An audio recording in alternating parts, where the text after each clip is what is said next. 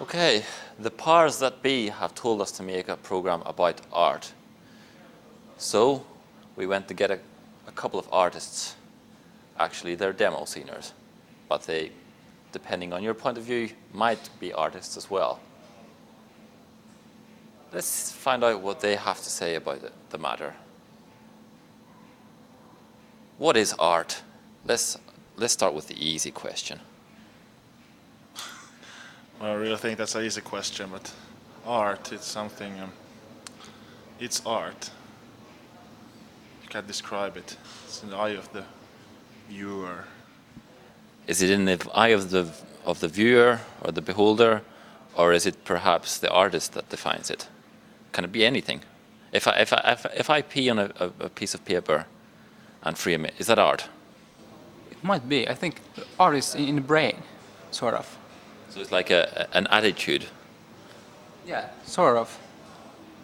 You know, we have a common brain, sort of. And that defines art. What about people who like find art in like basically slashing bodies up or murdering people? Well, I don't know. What do you think? About slashing people. Yeah. Well, Have you done any of that lately? not lately.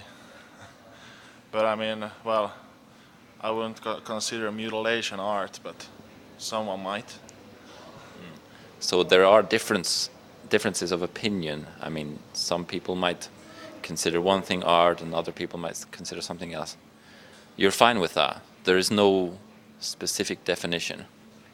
I think there must be some definite description of art or definition of art. But I don't know how to get there, but I think so, yeah. And would that be the same for everybody? Of course. So do you think we're making art at the moment? Definitely. So it was mentioned that you two are demo sceners, and it was said too that you are artists. So how does the demo scener and the artist come together? Well,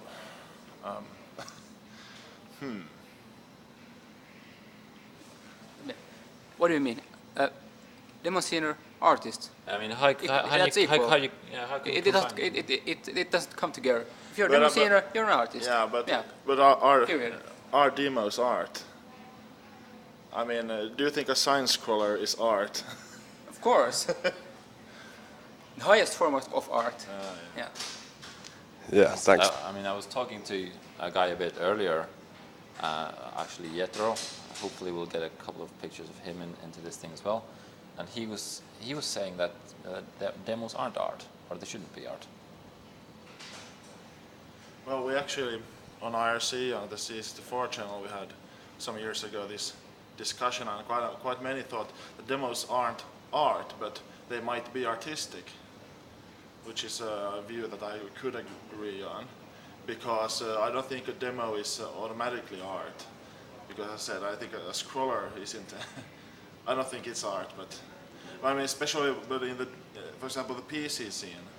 I think a lot of PC demos are closer to art than maybe than, for example, 64 demos. But if a scroller contains, for example, poetry, Yeah, well, Is it art then? Yeah, or is it just artistic? yeah. Okay, so like demos aren't inherently art, but they could be. I mean, or they can be art if they're made to be that way. But I think also that's probably depends on the people watching the demo. Some people consider it art, some don't. And what exactly? I mean, you could give a bit of a brief about yourselves. What exactly do you do in the demo scene? We'll start with you, and you can just actually introduce yourself, and both of you. I mean, I'm Chai of Lekanens, spelled C-H-A-J, and I'm most of a musician, yeah. and you. I'm Bright Light of Decadence and RNO and several other groups. And I'm a coder, a musician, and a graphician, and an organizer, and. Yeah, I mean, Bright Light is one of the is a rare gem in the sense that he does everything, I guess.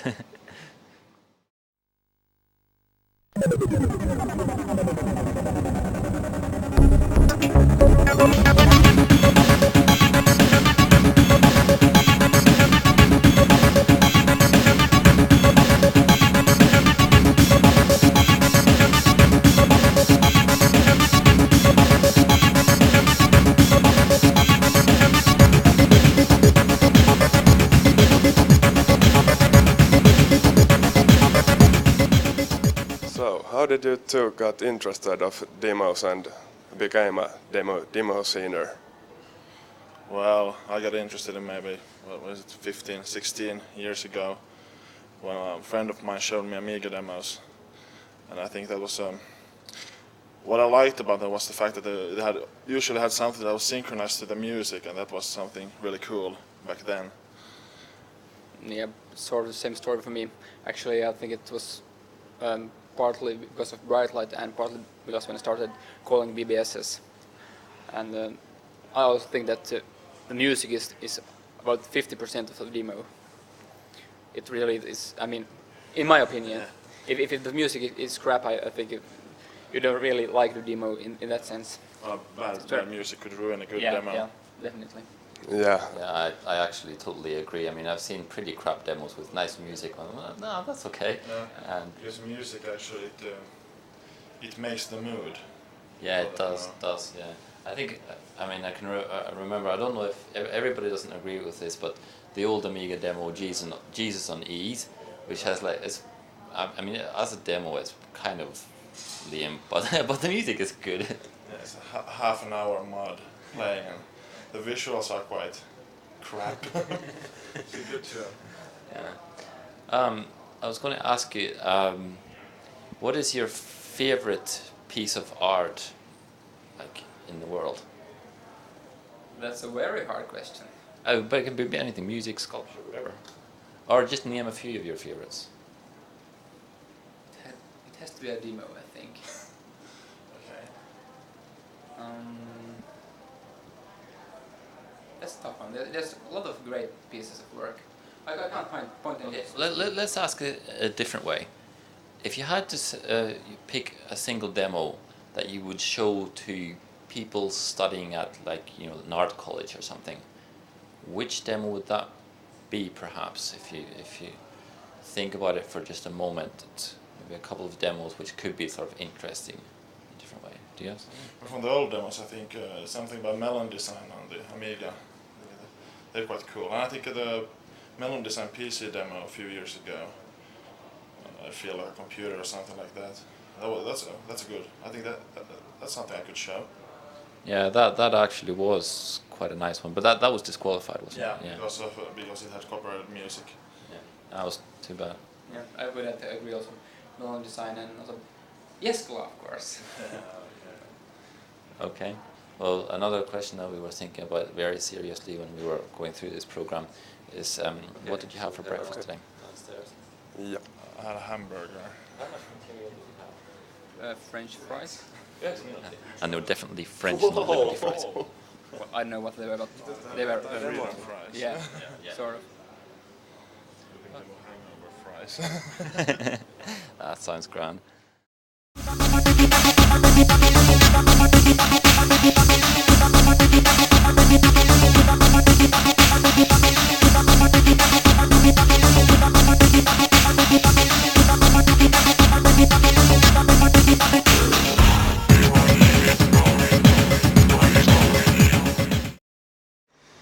So, do you think that the demos should be brought to the art circles, and how it could be done, if it's going to be done?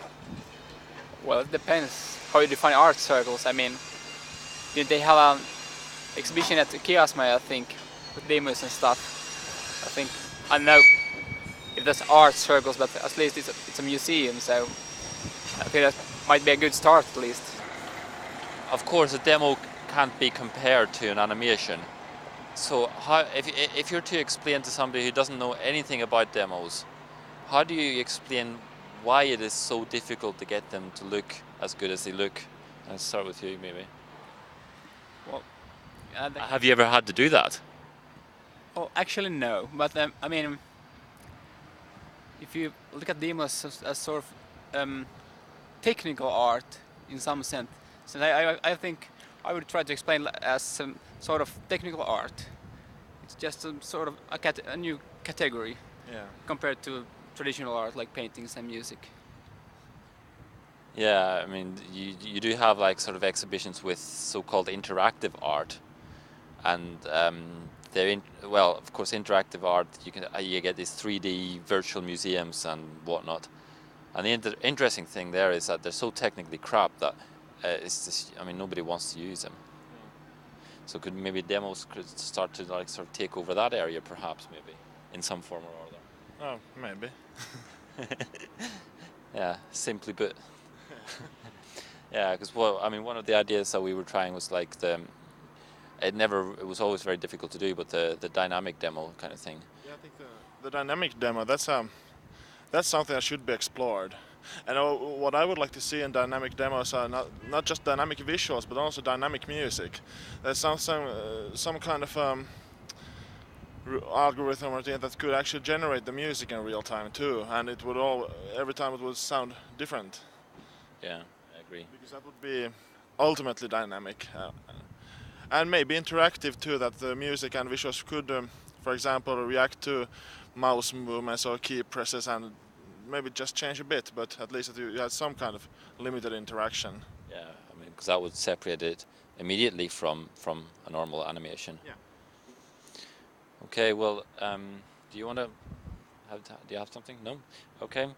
I had one question for you. As a musician, what do you find most difficult? If you do you, first of all, do you create music, without the demos at all, just for the hell of it? Mainly, yeah. Mainly. Mainly, yeah. Yeah.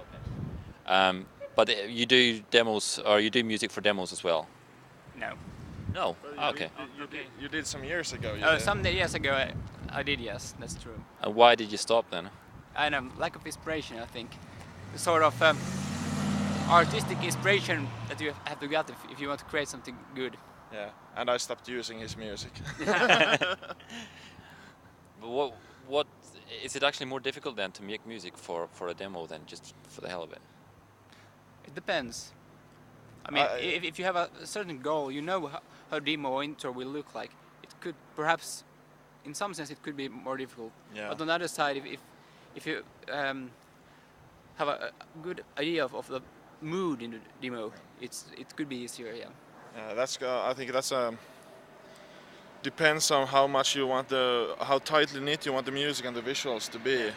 Because if you want them total synchronized and that everything would make sense, the visuals would be combined strictly with the music, then I think that could be more difficult, because then it's not just you as a musician. I'm thinking of some of the old FLO demos, which were like really synchronized with the music. That was kind of nice. Yeah, but well, yeah. Oh, that was in the time of like mods, and of course it's sort of easier if you can synchronize it to a certain sample. Because usually, especially with older demos, it's quite obvious that usually that the demos were synchronized to the music. That the music was made before the demo. But I think it could be better if the musician would maybe change the tune at the same time as the coder and the graphician do the visuals, to actually get it to fit even better. Do you find that, I mean, one of the problems that I have almost every year at any demo party really is you watch the demo compo and there's just one after another of pretty much the same thing, and so you find the same thing. The biggest mistake, I think, is using too many layers. Yeah, it's like wishwash. Yeah. Blur. The demos blur into each other in some sense. There's nothing that stands out. No. Usually. Yeah, I mean, sometimes you think that maybe less would be better. Yeah, and I think demo shouldn't be too long either. I mean, I don't. A 15-minute demo should really be 15 minutes with good stuff, not the stuff that's stretched to the 15 minutes. Yeah. So then they could rather make a 3-minute demo. 3 or 5 minutes is perfect, because you don't lose interest in 3 minutes. It's like if you're listening to a 50-minute tune, it's way too much. Yeah. I mean, short, catchy tune and simple design, good design, and clear effects. That's the Short key. but sweet. Yeah. Yeah, and I mean, to be frank, in even the other competitions, like the graphics competition particularly, you find that a lot of the entries don't actually like they don't have any emotion to them at all. They're technically extremely good, and they have these surreal images, and they're sort of quite imaginative. But you look at them and nothing sort of fires up inside you the way you do get a few of the demos which are really really good, and you feel, oh, this is great. But it's quite a rare thing. Most of demos, I think, lack sort of feeling or soul of the demo, sort of. I mean, that's probably also because most the demo makers and graphicians and musicians, they get inspired by the older stuff, and so of course that they, because everyone is inspired basically by the same old demos. So I think that's why the end result is usually quite the same. And I think it's very very scary if you think of it as a demo maker. I mean, you have to put so much effort into the technical stuff that to do something which doesn't fit into the norm is actually a huge risk, because people kind of expect you to do the sort of same kind of thing. Yeah, people expect the same old demos with the same 3D and just something that looks nice. But because I know myself, it's really hard to dare to experiment, because you know that most people would hate it. And of course, I mean, how should I put it? Well, yeah, doing too experimental stuff, it's also usually it's quite boring to watch in a demo compo, especially if it's slow paced or just noise. I mean, I think in a demo compo you want to see just something entertaining. You don't want too much art, maybe. But then again, when you watch the demos at home, then you maybe want a more deeper experience and something more experimental. It's easier to watch at home than at a party. So maybe there should be like a separate demo compo, which is, that we could organize just for the hell of it, that people would vote for at home. Yeah. Something like that. Yeah, a compo over the internet would be maybe, because then people maybe would. Because people, usually the makers know that a certain type of demo works good on the big screen and what doesn't. So maybe then they could experiment with stuff that doesn't have to look good on a big screen, but could also be interesting in other kinds of ways. And you can also get some interesting votes. I mean, if people had watched the production many times, Yeah. not just once. Yeah, they could actually get familiar with the productions and maybe enjoy the details. No, we must do something like that. Yeah, I think so.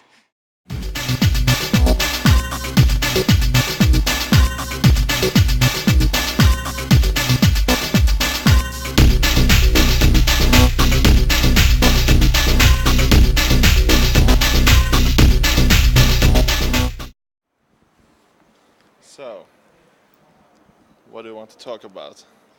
I don't know. What production, perhaps? Our production. No, Well, it's gonna win, of course, of course. because we rule. And unfortunately, I wasn't part of the production. I just had Or maybe fortunately. Okay. Well, yeah. But anyway, let's hope also that our music contributions will get a high rank. Yeah, mine will. Maybe not yours, but We'll see. we will. Have we got anything else to say? No, actually no. Not really. No, it's really. Okay. Then let's say bye-bye to the viewers. Bye bye.